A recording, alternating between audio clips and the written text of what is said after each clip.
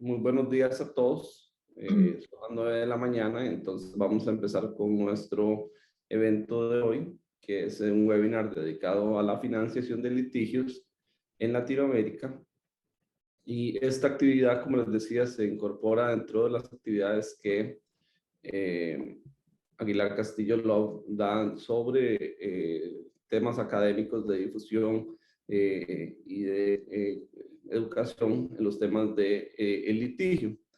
Y el día de hoy vamos a hablar pues de este tema de la financiación de litigios, un tema que es bastante interesante y que está siendo bastante aplicado desde ya algún tiempo en los Estados Unidos, en Europa, y en Latinoamérica no es la excepción, pero bueno, todavía estamos realmente, está empezando tal vez a darse con mucho más auge. Vemos más y más empresas de financiación de litigios que están o proponiendo o ofreciendo sus servicios en la región, y definitivamente pues nos parece algo interesante, primero de entender qué es lo que, ¿cómo se llama? ¿Qué es lo en qué consiste la financiación de litigios? Y segundo, de alguna manera tener la oportunidad de ver en qué casos aplica y si es o no es aplicable para algunos de nosotros. Entonces, estoy haciendo algún preámbulo, ¿verdad? Dando algún tiempo mientras los demás se terminan de conectar, pero bueno, quiero decirles que tenemos dos panelistas de primer nivel aquí con nosotros, ¿verdad? Que son las que nos van a dar estas explicaciones.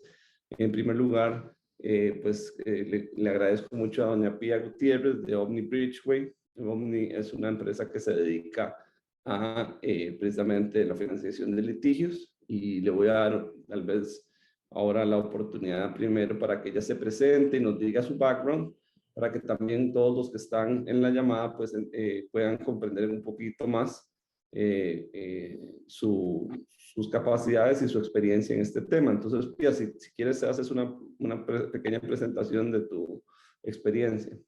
Vale, vale. Nada, muchísimas gracias, Esteban. Encantada de conocerte, Rudy, y muchísimas gracias a Aguilar Castillo Love por la oportunidad de contar un poco qué es lo que hacemos en Omni Bridgeway y tratar de, no sé, hacer un poco de evangelización en esto del third party. A ver, cuento un poco sobre mí. Yo, casi por accidente, estudié Derecho, pero no puedo decir que sea abogado. La mayor parte de mi carrera la he pasado en instituciones financieras, dedicada a reestructuración y refinanciación de deuda. Y bueno, me ha tocado ver muchísimas compañías que a veces el único activo que tienen, de hecho, es un pleito o un derecho que no pueden ejercer porque algún otro no se lo permite, o empresas que tienen muy poquito acceso a los mercados financieros tradicionales y que necesitan encontrar liquidez de alguna forma. Y en esa actividad me encontré con la industria de la financiación de litigios. Pido disculpas a todos porque no sé hablar en legalese. Hay cosas que voy a decir que seguramente os sonarán poco refinadas desde el lenguaje jurídico, pero espero ser lo más clara posible en la presentación. Yo estoy basada en Madrid. Omni Bridgeway tiene más o menos 180 personas repartidas por todo el mundo y ha resuelto transacciones desde Australia hasta Chile o algunas áreas en China. Y no quiero dar la lata con contar más sobre Omni, y quizás sería bueno que Rudy nos contara un poco de dónde viene y cómo nos complementamos en esta conversación. Gracias, Pía. Un gusto conocerla. Soy Rodolfo Rivera, pero todo que me conoce me llama Rudy. Cuando comencé a trabajar en Latinoamérica, pensé que todo el mundo me iba a llamar Rodolfo. Me dice, mira, Rudy. Soy el Chief International Counsel de Fidelity National Financial y yo manejo algunos litigios en los Estados Unidos, pero la gran parte de mis pleitos son en México, ha tenido en Europa, en la India, en Bermuda, partes del Caribe, Puerto Rico, Entonces han manejado litigio en países civil y países, o sea, de Inglaterra. Entonces, tengo un punto de vista sobre litigation funding. Creo que partir de todo es una buena idea.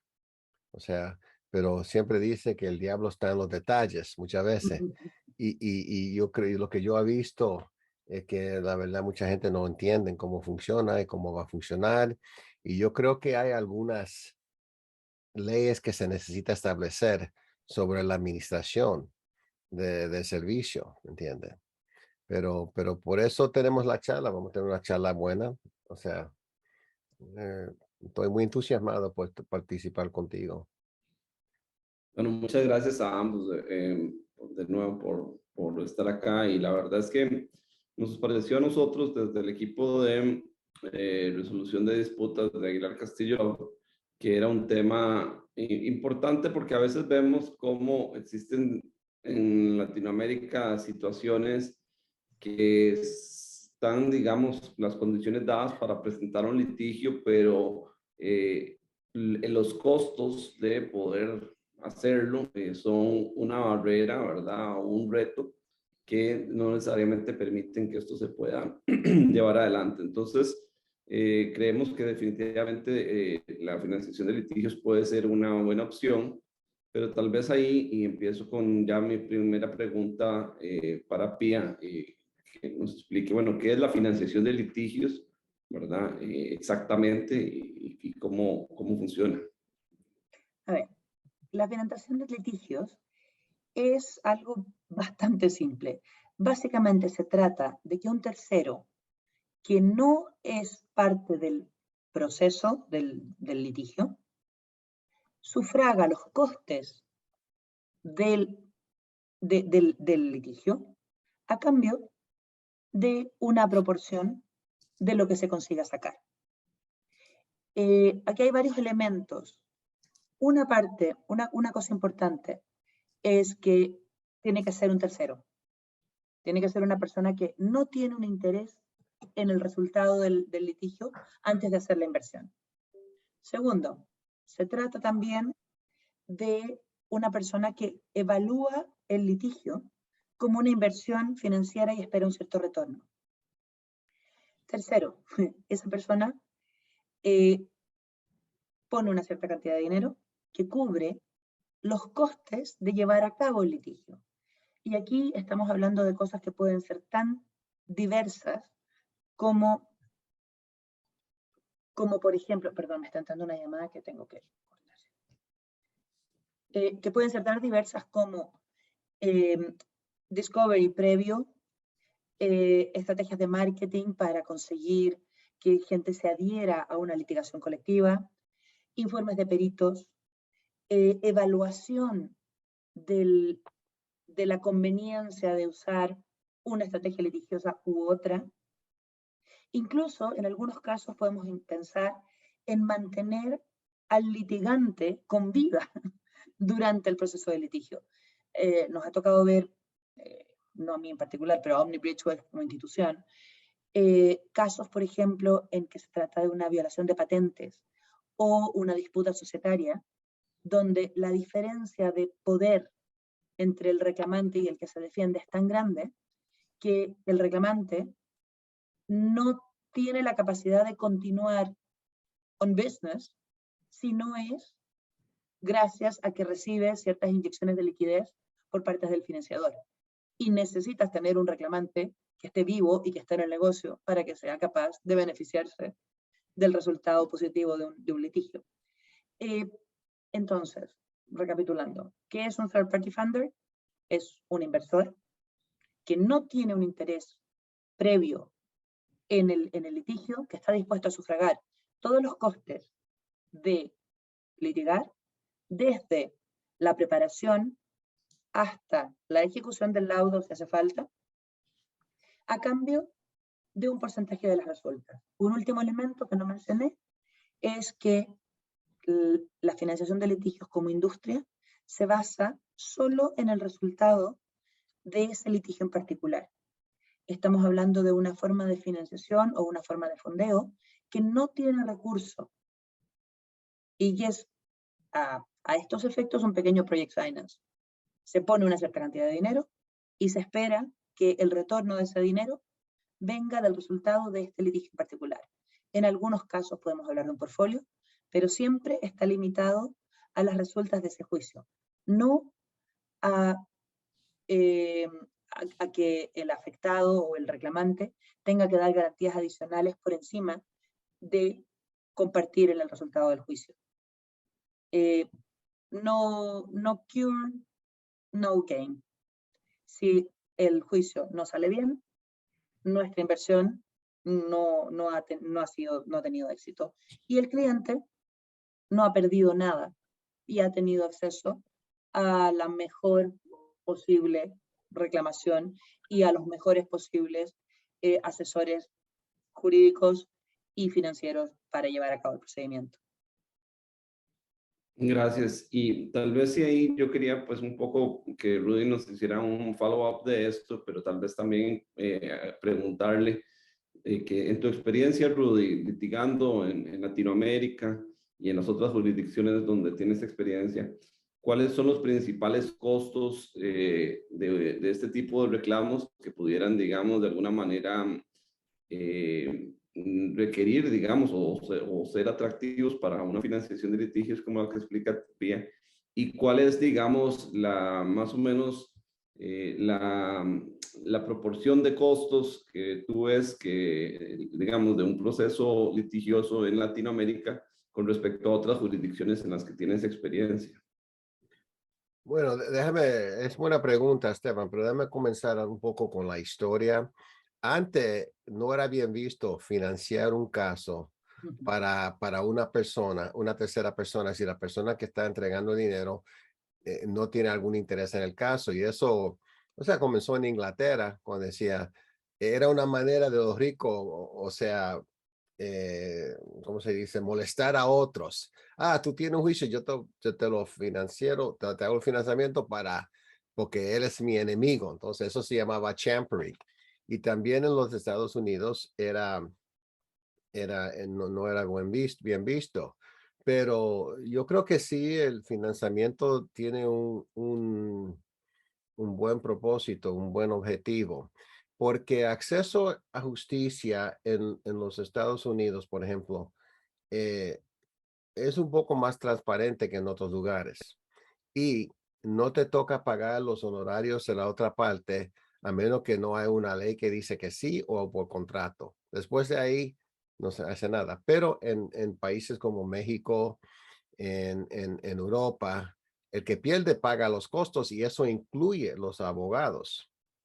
Y también muchas veces cuando tú quieres comienza un juicio, te piden un depósito de esos costos.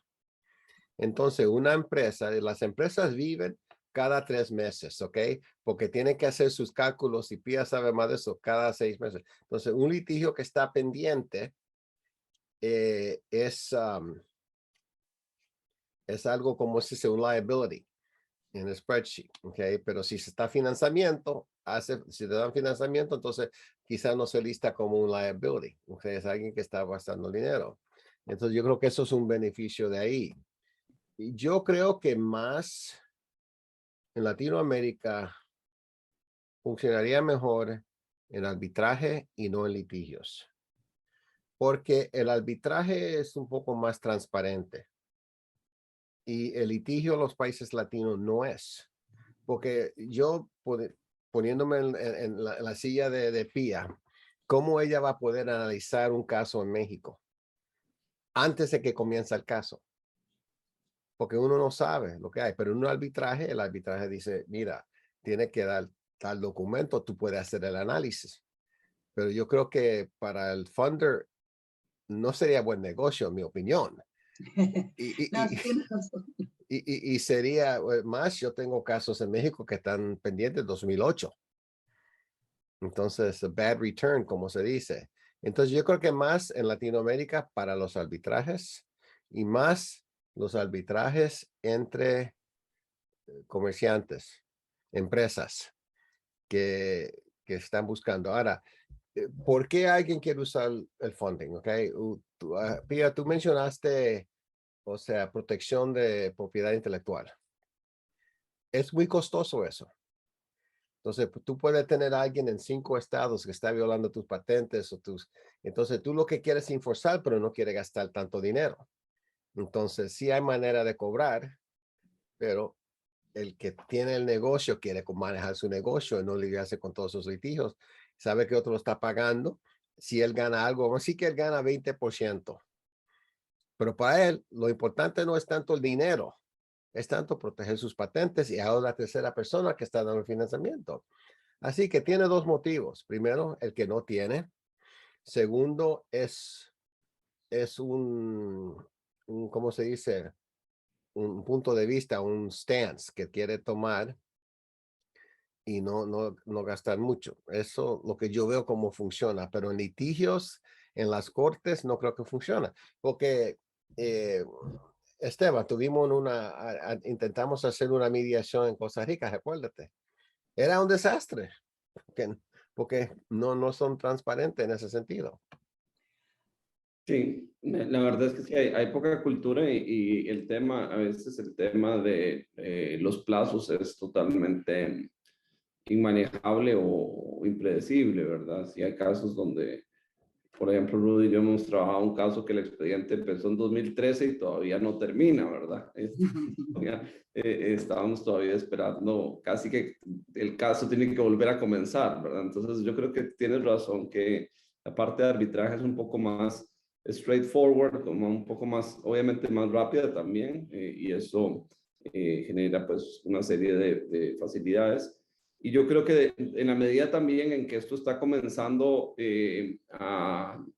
digamos, los funders internacionales, sobre todo, pues están comenzando a fijarse en Latinoamérica, seguramente van a empezar por el lado del arbitraje, pero más bien, y ahí voy a la segunda pregunta, ¿qué es exactamente lo que hacen estas empresas que hacen funding, Pia? ¿Cómo es que funcionan? ¿Qué es, digamos, exactamente lo que ofrecen?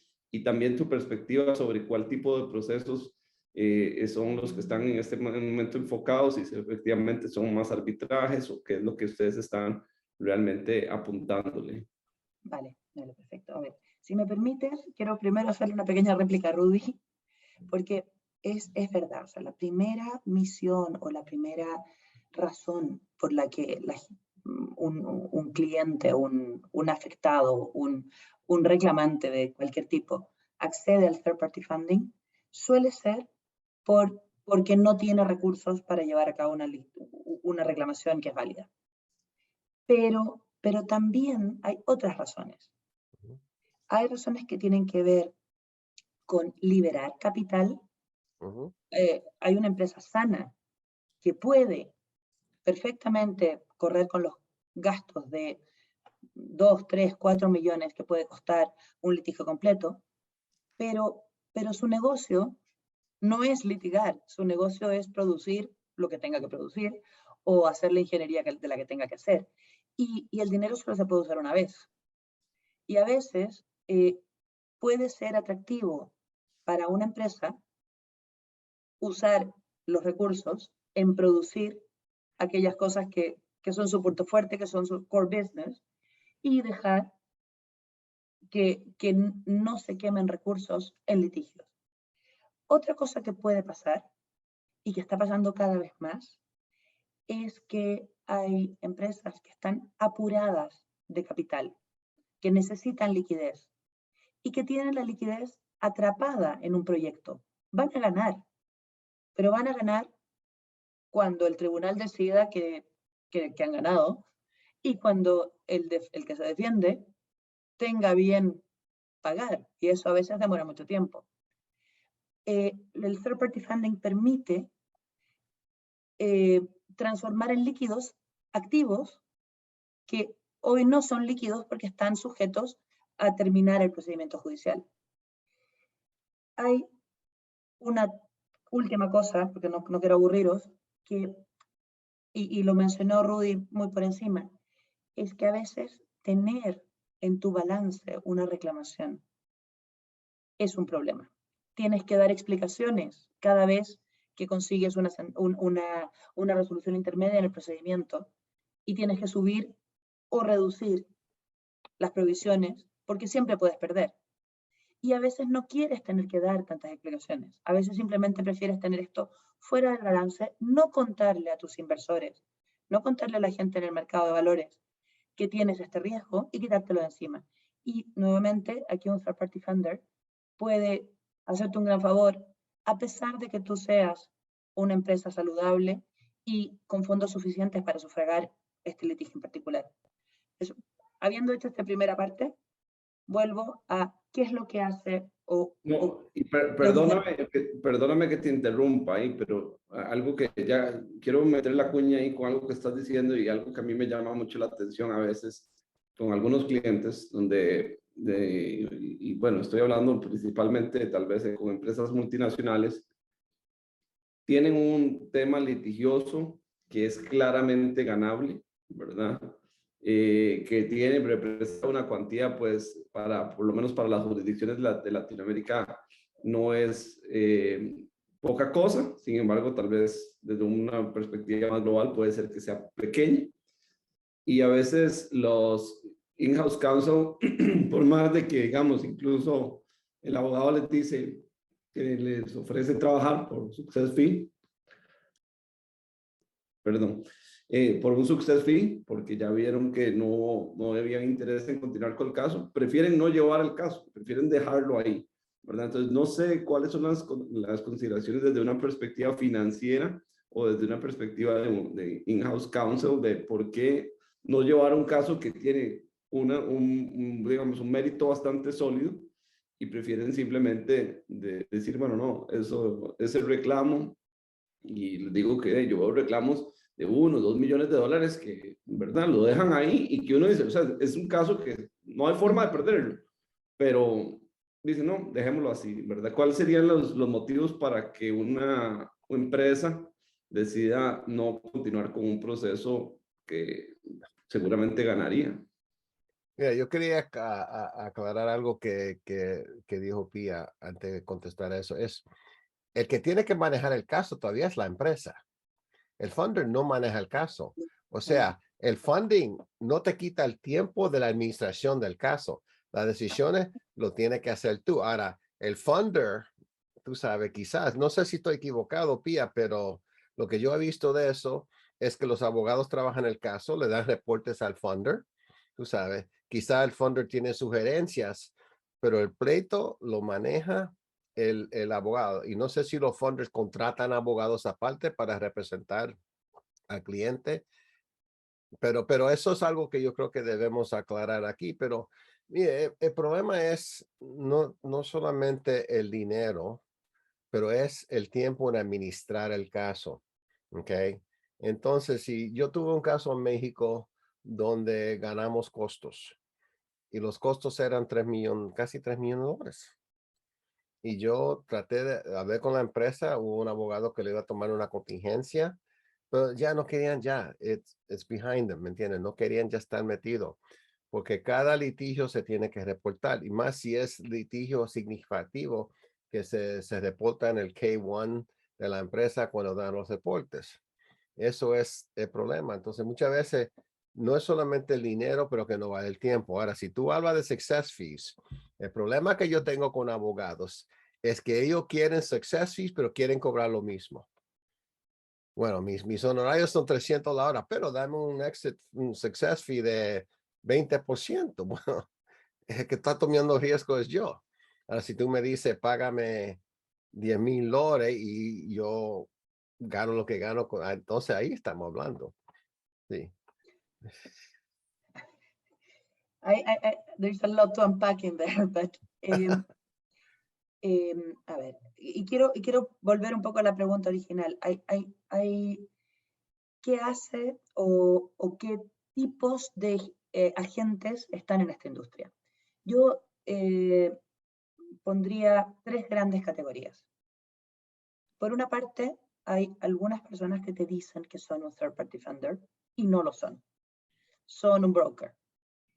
Y esa gente añade valor en la industria, te puede ayudar a estructurar tu caso, a aconsejarte y a decirte si es financiable o no, y a presentarlo de una manera que sea atractiva para el inversor. pero eso solo en la medida sean buenos profesionales y tengan los contactos adecuados en la industria para llevarte donde uno que realmente haga la inversión. Hay otros que son third party funders, en serio, y lo hacen por ellos mismos, pero trabajan con su propio capital. Estas personas generalmente hacen inversiones relativamente pequeñas porque se están jugando su balance y generalmente se trata de 5, 8 socios que han salido de algún despacho de abogados, que tienen contactos en la industria, que entienden muy bien sobre un área específica de litigios y que juegan su propio capital. Esa gente puede ser muy valiosa, pero generalmente puede enfrentar solo litigios relativamente pequeños. De hecho, en Latinoamérica hay varios de esos players que pueden resultar muy útiles a la hora de invertir o monetizar litigios entre contrapartes locales o litigios en la jurisdicción local, no arbitrajes. Y por último, están los grandes, que son fondos o administradores de fondos, como por ejemplo Omni Bridgeway, bueno, y hay varios otros que seguramente conocéis, que son generalmente empresas cotizadas, y si no son cotizadas, son fondos privados, pero que manejan mucho más recursos, que pueden tomar bastante más riesgo y que pueden tomar una visión de un poco más de largo plazo. Y eso les permite tener un universo de litigios que miran y un universo de jurisdicciones que miran. Generalmente, los que son pequeños y que trabajan con su propio balance tienden a quedarse en las jurisdicciones en las que en las que los socios se sienten cómodos. Los grandes suelen tener un footprint global y son capaces de fondear casos que tienen contrapartes en diferentes jurisdicciones o que tienen un riesgo de enforcement que va más allá de las fronteras del caso original. Eso respecto de quiénes son los players. Ahora, como hay diferentes players, ofrecen diferentes tipos de servicios o tienen un foco diferente en la toma de decisiones. Hay algunos que solo hacen arbitraje. Hay algunos que solo hacen litigios en la jurisdicción local en la que se sienten cómodos. Hay algunos que solo financian despachos de abogados y en ese contexto funcionan más bien como un lender provider. Yo puedo contar lo que hacemos en Omni muy rápidamente. Básicamente hacemos 4 cosas. Nosotros nos gusta financiar litigios complejos que tienen que tener una componente internacional o una componente técnica importante que requiere costes altos. Eso nos lleva generalmente, no digo siempre, a enfocarnos en litigios que tienen que ver con propiedad intelectual, en litigios societarios que requieren peritos y contrarréplicas muy complejas, juicios de construcción y, por supuesto, arbitrajes internacionales, porque son cosas que requieren un presupuesto importante para empezar a considerarlas. Segundo, y es algo que hace a Omni Bridgeway único, y yo no conozco otro inversor en el mercado que sea igualmente fuerte en este punto. Financiamos y ejecutamos laudos y sentencias, porque no es lo mismo ganar a que te paguen, y a veces necesitas un segundo proceso en una diferente jurisdicción con otros costes para conseguir que te paguen. Y esta experiencia que tiene Omni, yo no conozco a otro financiador de litigios que lo haga o lo haga igual de bien que lo hace. Tercero, financiamos reclamaciones colectivas y despachos de abogados. Y pongo las dos cosas en el mismo paquete porque aquí lo que se evalúa es el riesgo de un portfolio. Entonces ponemos diferentes litigios contra diferentes, o sea, de diferentes características, se miran como un paquete. A cambio de ese paquete se otorga una cierta cantidad de dinero o se autoriza un cierto presupuesto a cambio de compartir en los resultados de todos y cada uno de aquellos litigios en el paquete.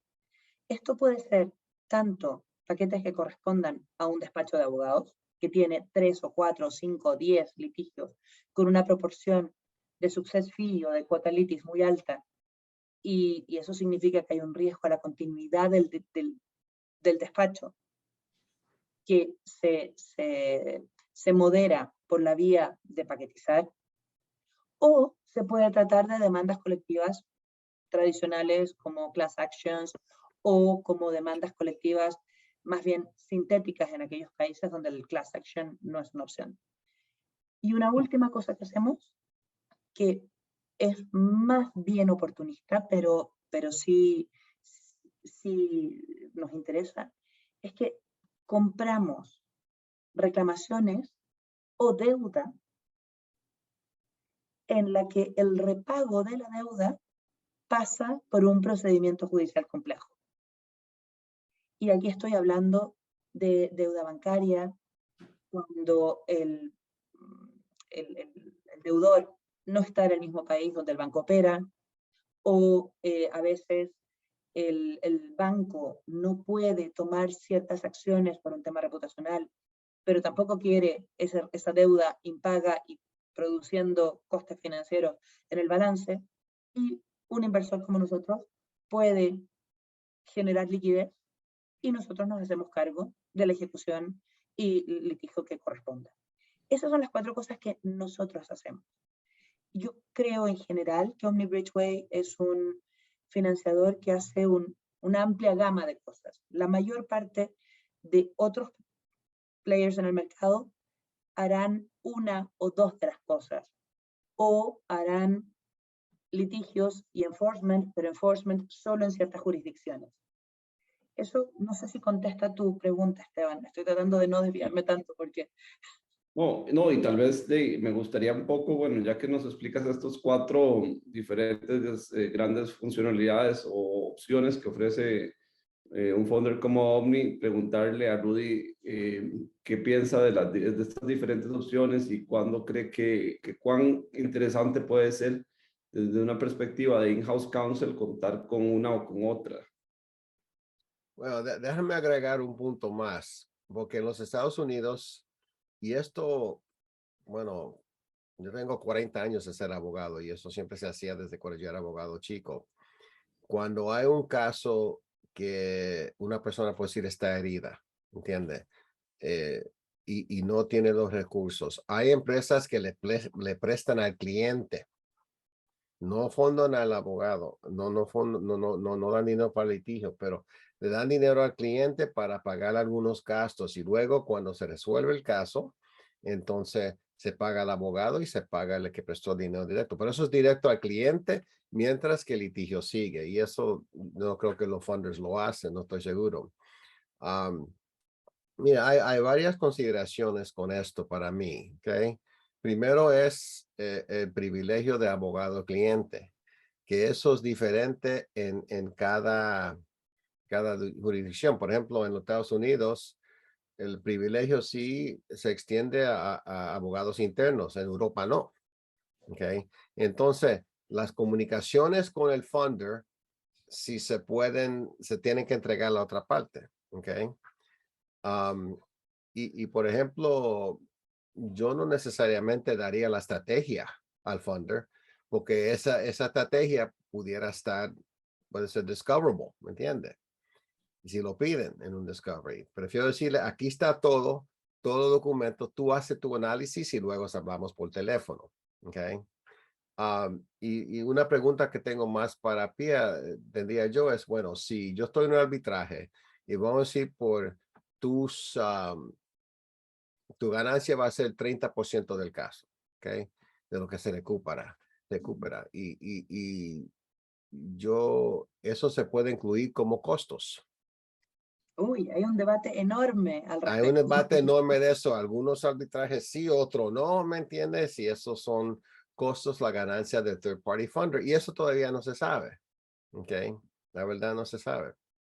Y la otra, y más o menos pregunta, Pía, porque yo sí creo que es una buena idea, ¿entiendes? Se necesita, porque mucha gente más en Europa no tienen acceso a litigio porque no tienen los recursos, empresas pequeñas.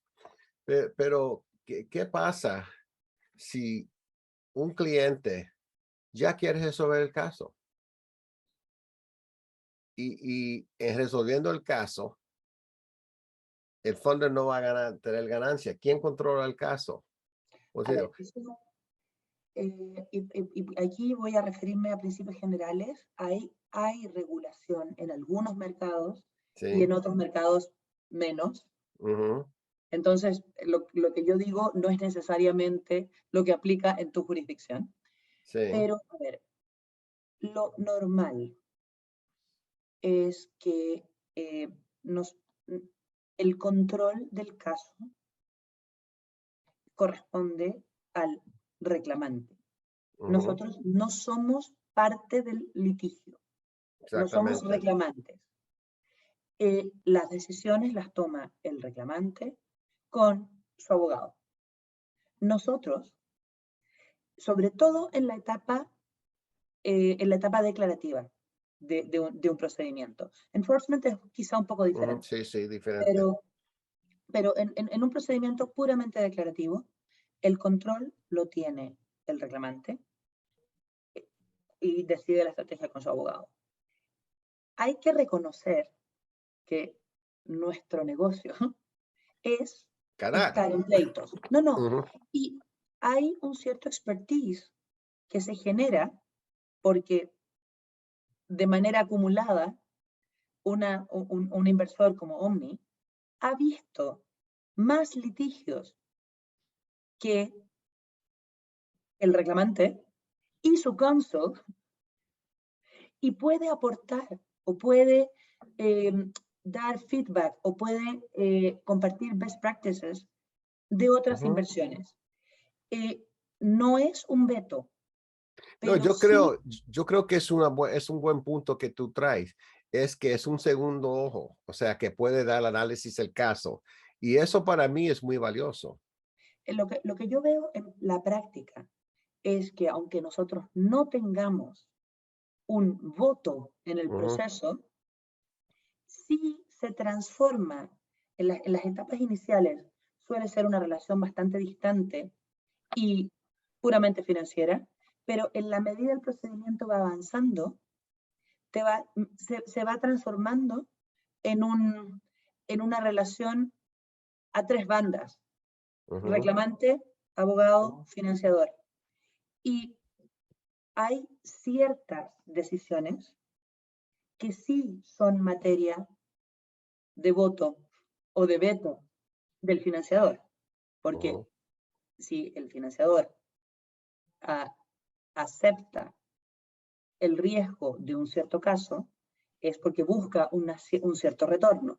Sí. Y si hay un acuerdo que no satisface mi retorno, en la documentación me voy a asegurar de tener algo que decir antes de que eso pase. Y ahí juega la libertad contractual de las partes. Pero estamos hablando de cosas muy puntuales y lo normal es que, por lo menos nosotros, nos encargamos Ujú, de montar la estructura de financiación de tal modo que los intereses estén siempre alineados y que cuando el cliente decide dejar de litigar, la razón por la que decide dejar de litigar es completamente comprensible y apoyable por el financiador y al revés. No me ha tocado ver un caso en el que el financiador quiera continuar litigando si no hace sentido, porque tampoco nosotros queremos gastar dinero para no recibir retorno. Si lo importante es poner los incentivos de tal modo que ni el abogado, ni el reclamante, ni el financiador esté en su propio interés hacer algo que no beneficia a los otros dos. Si tenemos un contrato en el que el abogado sigue facturando horas a pesar de que ni el reclamante va a obtener lo que quiere y el financiador tiene que pagar esas horas, ese contrato está mal hecho. Necesitamos organizarlo de tal forma que el abogado tenga también algo que perder, que el caso no se gana. Y que el reclamante tenga interés en llegar a un acuerdo, pero que sea el mejor acuerdo posible para todos. Bueno, y precisamente tenemos una pregunta aquí que nos hace José González, que me parece que es bastante oportuna en este momento. Y entonces nos dice que, primero nos pregunta que cuáles son los presupuestos básicos que analiza el funder para tomar su decisión, y nos pregunta que qué tan importante o qué tanto peso tiene la opinión jurídica del abogado director del proceso en cuanto a la expectativa de éxito o pérdida del litigio para poder financiar el proceso. Vale, a ver. Déjame ponerlo en perspectiva. Para que un caso sea atractivo como inversión, tiene que ser posible litigar, que no siempre es posible litigar. El caso tiene que ser ganable. La cantidad que voy a ganar, o que va el reclamante a ganar, tiene que ser suficiente para garantizar un retorno adecuado al inversor, y que una vez recuperado el retorno adecuado al inversor, quede aún suficiente como para que haya salido a cuenta para el reclamante haber hecho la reclamación. El reclamante no tiene ningún sentido que reclame para que yo me lleve mi retorno y él no se lleve nada. Y por último, una vez que yo gane, o que el reclamante gane, tiene que haber alguien que pague. Y eso también es muy importante. No basta con ganar, lo importante es que te paguen. Y estos 4 elementos son los que se tienen en cuenta a la hora de evaluar un litigio como financiable. Cuando digo que se pueda litigar, me refiero a los aspectos formales, que estén resueltos los temas de jurisdicción, que estén resueltos los temas de representación, que el caso no esté prescrito, porque lo peor que te puede pasar es que tú acuerdas litigar y que en 6 semanas el tribunal ha rechazado tu reclamación y ni siquiera llegaste a discutir el fondo. O sea, lo primero que tienes que ver es que los temas formales que te permiten ejecutar la acción estén saludables. Segundo, por supuesto, tienes que evaluar el fondo del asunto. Y aquí la opinión del abogado que lleva la estrategia es crítica. Nosotros, no todos los fondos lo hacen igual, pero nosotros buscamos siempre que el abogado del reclamante también crea en el caso. Que no esté haciendo esto por cobrar por hora y llevar un procedimiento que ya veremos si se gana o no. Queremos tener un abogado reclamante que crea en el caso y que esté dispuesto a correr un cierto riesgo en ese caso. Aquí generalmente pedimos un reporte, un informe preparado por el abogado que lleva el caso, donde me diga, yo creo que esto se gana, y veo que existe este y este riesgo, pero pienso que con este y este argumento yo convenceré a un tribunal. Esto es muy importante. Hay otros financiadores que quizá tienen un ángulo más financiero en su análisis. Omni Bridgeway en particular está constituido en un 95% por abogados litigantes, y esta parte se cuida mucho. Y un caso en el que vemos que el abogado no cree, es un caso que es mucho más débil para presentar al comité de financiación. Tercero, la cantidad. Aquí lo que necesitamos es que una vez que se gane, haya suficiente como para que yo reciba mi retorno, y generalmente el financiador pedirá recuperar su retorno con preferencia y por delante de cualquier otro gasto.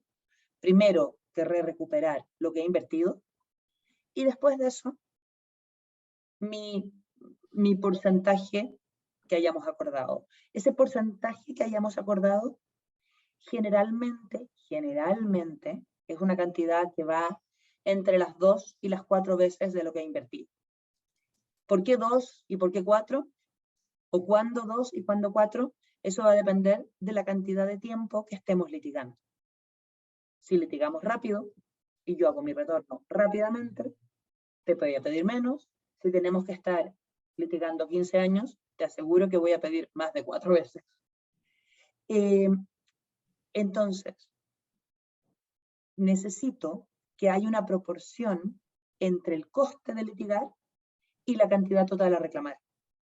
Generalmente, y de nuevo, todo lo que estoy diciendo aquí son reglas generales, no es un term sheet estándar.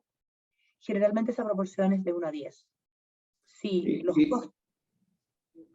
costes de litigar son 1 millón, la cantidad que razonablemente voy a obtener ha de ser 10 millones. Porque así yo recupero mi millón, recupero mis 2, 3, 4 veces múltiplo y queda una cantidad suficiente que hace atractivo para el reclamante entrar en esta transacción. Claro, y tal vez yo quería más bien preguntarle, Rudy, desde la perspectiva, digamos, de un in-house counsel de aseguradora, tú también haces tu análisis a la hora de determinar si sigues adelante con un litigio o no en alguna jurisdicción. Y quería preguntarte, digamos, qué diferencias en el análisis que tú haces con respecto a los que explica Pia que hace un funder. Me imagino que hay muchas coincidencias, pero más bien que nos expliques a dónde ves algunas diferencias de un análisis que tú haces para ver si continúas con un caso o si lo das por perdido y paga el seguro, digamos, cómo funcionaría ahí. Mira, es el mismo análisis, pero por diferentes motivos. ¿Okay? El motivo de ella es para ver, o de Omni, es para ver si van a recuperar su inversión. Y es lógico, o sea, nadie entra para perder, ¿ok? Dinero, uno no entra al negocio para perder. Y sobre el análisis es lo mismo. Yo no creo que una empresa como Omni o Bridgeway, lo que son ahí, van a confiar 100% en el abogado que le está haciendo el análisis. Ellos tendrían que hacer su propio análisis de los riesgos del caso también. Así que ese es el tipo de underwriting que tiene que hacer. Así que no es que, mira, este es un caso, es un buen caso, lo voy a ganar. ¿Ok? Los abogados, ellos tienen que decidir eso.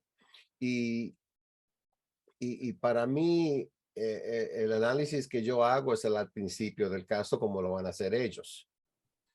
¿Cómo voy a perder? ¿Cuánto va a gastar? ¿Cuál es el riesgo? Pero yo tengo un elemento más que Omni no tiene, y eso es la reputación de la empresa. Omni solamente se fija en el dinero si es una inversión viable. Yo tengo que ver cómo protejo la empresa. Son dos motivos diferentes. Y a veces no se trata del dinero, pero se trata de la reputación de la empresa. O a veces tengo que litigar un caso porque si no lo litigo, aunque me cuesta más lo que me están pidiendo, me van a llegar otros. En eso nuestro análisis es diferente, pero unas preguntas que yo tendría, por ejemplo, si alguien me está preguntando, mira, quiere hacer esto, vamos a decir que Pia me está haciendo una entrevista, mira, queremos que usted nos use para funding, ¿qué pasa si, por ejemplo, el abogado malísimo?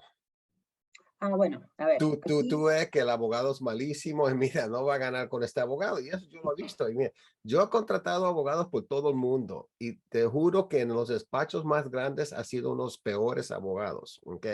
Eso primero. Entonces, si el caso, vamos a decir, es un 10 millones de dólares y le ofrecen al cliente 100,000, ya yo no quiero, yo no tengo la mente para eso, quiero parar. ¿Ok? ¿Cuál es la obligación del cliente? Son preguntas que yo haría. ¿Qué pasa si no hay un acuerdo entre estrategias? Si tus abogados dicen hay que hacer eso y el mío dice no, hay que hacer eso. Son cosas que me imagino que se administra el contrato, pero son preguntas que se debe hacer a un funder. A ver, tienes toda la razón. Pero ese análisis es cuando yo volví a mis 4 elementos. Aspectos formales, Sí, sí. aspectos de fondo, cantidad y la naturaleza del pagador. Sí. Pero tienes razón, hay 2 elementos que no mencioné y que son críticos. El despacho de abogados y la jurisdicción donde te toca moverte. Y es posible, porque la mayor parte de los casos que un financiador como nosotros financia llegan a través del despacho de abogados. Por lo que es muy difícil decirle al despacho de abogados, mira, tú eres muy malo, voy a hacer el caso, pero lo voy a hacer con otro. Eso no es una opción. Pero es verdad que hemos, y seguramente lo seguiremos haciendo, hemos rechazado casos. No porque el caso sea malo, sino que porque creemos que el equipo que lo patrocina no tiene lo que hace falta para ganarlo. Es verdad. Y ahí, nuevamente, de cara al reclamante, al cliente final, hay una ventaja en trabajar con un financiador, que a veces que un caso lo rechace un financiador le hace un favor al reclamante, porque le permite al reclamante tener una segunda opinión sobre la viabilidad de su propio caso. Y, o le permite al reclamante tener, un challenge a la estrategia de litigios. Es posible que un financiador te diga, mira, yo este caso lo veo bien, pero si tienes 2 jurisdicciones donde puedes reclamar, yo solo lo financio si reclamas en la jurisdicción A, no lo financio si reclamas en la B. Sí, eso es parte del underwriting que uno tiene que Claro. hacer, sí. Entonces, Pero hay un costo para hacer ese análisis. O tú haces el análisis y yo, luego decides no. yo hago, a ver, este análisis de los 4 elementos que menciono, más la evaluación del despacho de abogados y la evaluación muy rápidamente de la jurisdicción, este análisis es mi trabajo diario. Ok. Y yo, a ver, rechazo 20 casos para financiar uno.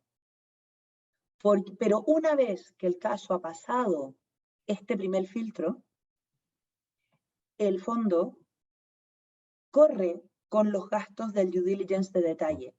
Okay. Y corre con los gastos de los expertos y peritos que hagan falta. Y esos gastos, si el caso no tiene éxito, son por la cuenta del financiador, no repiten en el cliente. Y esos gastos que podamos haber incurrido cuando yo todavía estoy analizando un caso que ha pasado el primer filtro, pero que aún después, porque este primer filtro que yo digo es solo para decidir si el caso es interesante o no. Si el caso es interesante, yo tengo la obligación de hacer un análisis externo, un due diligence en forma con expertos, porque yo puedo tener mi opinión sobre un caso, pero yo no soy abogado costarricense. Me voy a necesitar que un abogado de experiencia, con conocimiento en el tema de Costa Rica, corrobore lo que a mí me ha parecido medio bien. Creo que podemos conseguir un abogado en Costa Rica. Conozco algunos, sí. Una vez que yo tenga... Yo tengo algunos en mente también. Vale. Muy, muy corto. Una vez que yo tenga hecho mi due diligence y confirmada mi evaluación inicial, tengo que ir a un comité que me va a aprobar la inversión. Si ese comité no me lo aprueba, esos costes son por mi cuenta, son mi pérdida. O si yo llego a la conclusión de que no puedo presentar esto a comité porque me he equivocado, también esos costes son por nuestra cuenta. Okay. No sé si está clara tu pregunta. Sí, estuvo clara. Otra cosa, pero rápido, es me imagino que ustedes tienen exclusiones en sus tratos. Vamos a decir que hay lo que se llama en inglés el smoking gun, que el cliente no te lo da cuando está haciendo el análisis. Entonces sale en el juicio que hubo un testigo de la empresa que sí falsificó documentos o algo así. Ustedes tienen exclusiones para decir, bueno, ya de aquí porque se va a perder el caso y usted nos habló mentira. Parecido a un seguro de cualquiera, que vamos a decir, tú pides un seguro de vida y no dice que tiene cáncer, por ejemplo, cosas así. Oh, y tal vez, Pi, antes respondes eso y con una última pregunta, porque nos quedan 5 minutos y más bien le pido al público que si tienen otras preguntas nos las envíen cuanto antes, pero junto con la última pregunta que yo tenía, que es, bueno, ¿cuándo, además de la pregunta que tiene Rudy, cuándo un caso es una oportunidad atractiva? ¿Qué características tiene que tener un caso, verdad? Y sobre todo los casos en Latinoamérica para que ustedes vean que haya una Bien, oportunidad de funding, ¿verdad? A ver, respecto del smoking gun, nuevamente, nosotros para poder financiar un caso tenemos que estar razonablemente cómodos de que tenemos toda la información que hace falta. Si el cliente no la quiere dar, lo más probable es que no lleguemos a financiar ese caso. Repito, la tasa de casos financiados es muy baja. Los casos que financiamos, ganamos casi el 90% de ellos. Pero hay muchos casos que mueren porque el cliente no se siente lo suficientemente cómodo haciendo un full disclosure o porque durante el proceso del diligence descubrimos cosas que no nos hacen sentir cómodos. Entonces, un caso en el que yo me encuentre con fraude después de haber desembolsado todo cuando estamos pendientes de sentencia, espero que sea muy poco probable. Segundo, ¿qué es lo que es un caso interesante en Latinoamérica? Y yo creo que Rudy lo marcó en su segunda intervención, hace una hora ya. ¿Qué buscamos en Latinoamérica? En general nos enfocamos en arbitraje comercial y de inversión, con quizá una preferencia por arbitraje comercial, pero, diciéndolo de otra manera, arbitraje de inversión, dependiendo un poco quién es el respondent del arbitraje de inversión. Y enforcement, también vemos mucho enforcement, que puede ser originado en Latinoamérica, pero que requiere acciones en China, en India o quizá en algún otro sitio. ¿Y a partir de qué monto, Pía, más o menos, están ustedes? A ver, para mantener esta proporción de 1 a 10, creo que 10 millones de reclamación, 10 millones de dólares de reclamación es un monto atractivo. Podemos ver cosas un poco más pequeñas que eso, pero va a depender mucho del caso concreto. O sea, no es un no, pero se hace más difícil por debajo de los 10 millones.